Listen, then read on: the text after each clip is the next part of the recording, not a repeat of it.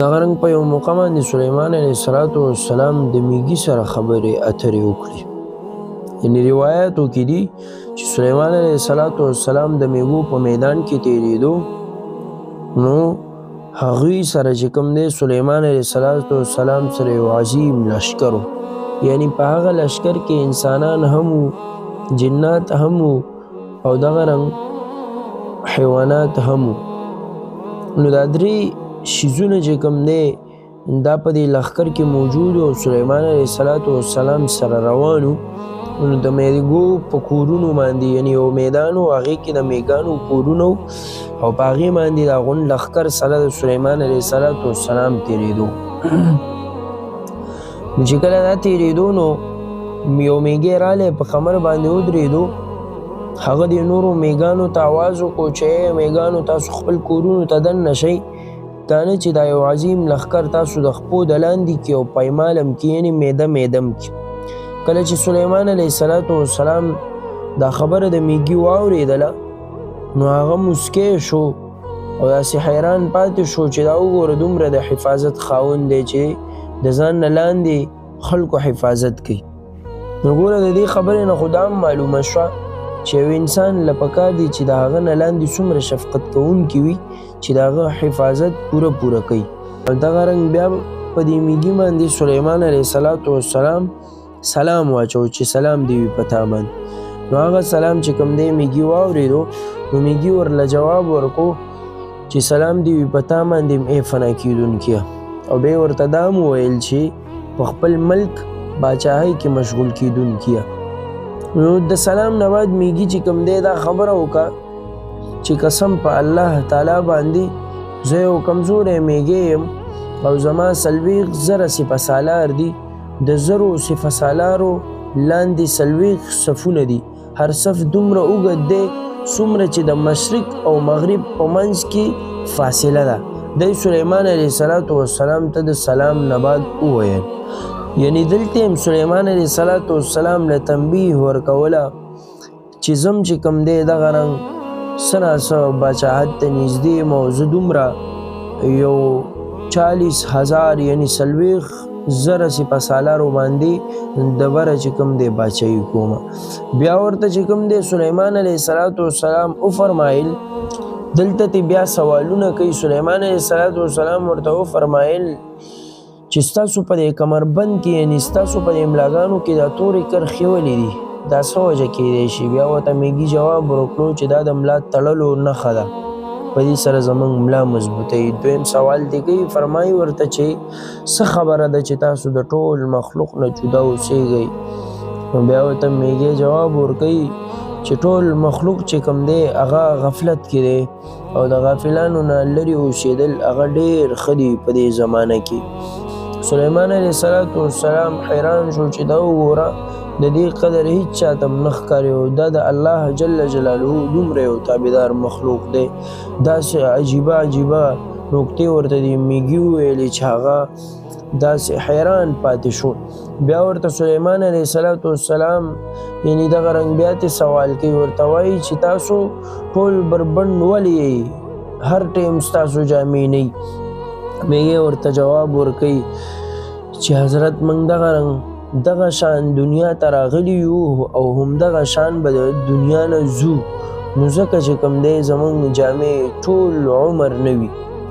ګوره دلته میږی ډېره یو عجیبه نکته وایي، زموږ چې کوم دی په دې عام معاشره کې وګوره خلک دا بنګلې دي، د بنګلو کوشش کوي چې موږ بنګلې سازي کړو، موږ کورونه، موږ ځمکې. دا میږي وګوره د ده نه څه معلومیږي، دا دلیل دی په دې خبره، یعنې دا دلیل دی په دې خبره چې هغه ویل هر څه رانه پاتې دي، جامې وماندې څه کوو، دا جامې هم رانه پاتې دي. نو لکه ځکه دې خبرې ته سوچ وکړو چې دغه شان راغلي یو او همدغه شان به ترې ځو. بیا چې کوم دی سلیمان علیه السلام فرمایي چې تاسو کې یو میږی څومره خوراک کوي؟ وایي میږی چې زموږ ډېر خوراک شي یا یو دانه یا 2 دانې. بیا ورته فرمایي سلیمان علیه السلام چې دا ولې؟ هغه ورته وایي چې موږ یو مسافر یو او د مسافر بوج چې څومره کم وي نو د هغه هم لاس پکوي، یعنې دنیا کې مسافر یو او په دنیا کې چې د مسافر څومره بوج کم وي نو د هغه ملا سپکوي. ګوره دلته عجیبه نکته دی میږي پیش کړې ده سلیمان علیه السلام ته. نبی کریم صلی الله علیه وسلم فرمایي حدیث مبارک دی چې کن فی الدنیا کأنک غریب او عابر سبیل، یعنی ته په دې دنیا کې گویا داسې ژوند تېروه چې زه یو اجنبي سړی یم. عبدالله ابن عمر رضی الله تعالی عنه ته فرمایي. او بیا چې کوم دی وایي ته په دې دنیا کې داسې یو ژوند تېروه چې ته یو اجنبي سړی او یا یو سفر کوونکی په لاره باندې. او هر انسان له پکار دی چې ځان ته د مسافر نسبت وکړي، ځکه موږ په دې دنیا کې مسافر یو، یعنی مسافرۍ له راغلي یو. په مسافرۍ کې د الله جل جلاله عبادت دی، عبادت چې دی وکړو همیشه دایمي قایمي زندګۍ له چې کوم دی ستا هلته به مسافري ختمیږي او هلته به چې کوم دی موږ واپس ټول رجوع کوو. دغه رنګ سلیمان علیه السلام ورته فرمایي چې ستاسو حاجت شته دی چې هغه زه پوره کړم. میږي ته وایي، میږي ورته وایي چې هغه حاجت زه تا ته ولې بیان کړم چې د هغې نه ته خپله عاجز یې، ته خو خپله یو عاجز بنده یې او الله جل جلاله ته محتاج یې. نو زه تا نه ولې چې کوم دی د یو حاجت سوال وکړم چې دا حاجت ته زما پوره کړه. ورته فرمایي چې ما ته یو خپل حاجت ضرور وښایه چې زه هغه ستا حاجت پوره کړم. نو بیا ورته میږی وایي چې زه ټیک ده چې ته زما حاجت پوره کړې، نو ته زما په رزق کې او زما په عمر کې زیاتې وکړه، یعنی زیاتې راوله زما په عمر کې او زما په رزق کې. دغلته ورته بیا سلیمان علیه السلام فرمایي چې ته هغه څیز ما نه وغواړه کوم شیز چې زما په لاس کې وي. دا شیزونه خو زما په لاس کې نه دي چې زه تا له رزق سیوا کړم او زه تا له عمر سیوا کړم. نو سلیمان علیه السلام ته میږي وایي چې تا ته خو مه وویل چې ته م یو عاجز بنده یې او زه م یو عاجز بنده یم. د الله جل جلاله نه د هر حاجت محتاج کول دا مالم ضروري دي، دا تالم ضروري دي چې تم د الله جل جلاله نه حاجت خپل وغواړې او زه م د الله جل جلاله نه خپل حاجت وغواړم. ګوره دلته یې موته یو عجیبه نکته بیان کړې ده، غټه فلسفه ده پکې. هغه څوک که په دې باندې پوهېږي نو هغه به د دې نه ډېره غټه فلسفه واخلي. دلته بیا سلیمان علیه السلام نه میږی یو سوال کوي، ورته وایي چې کوم شیز دی چې هغه تعالی الله جل جلاله درکړی دی او په هغې باندې ته فخر کې. یعنی سلیمان علیه السلام ورته فرمایي چې هغه ګوته ده چې هغه به د جنت د میږي وي او تاسو د هغې په معنا باندې ډېر ښه پوهېږئ. ورته وایي میږی چې نه، دا په هغه معنا باندې دلالت کوي، یعنی د دې دا معنا ده چې د دنیا دا څومره حصه ستا په ملک او په لاس کې ده هغه په اندازه د ګوتې د غمي ده.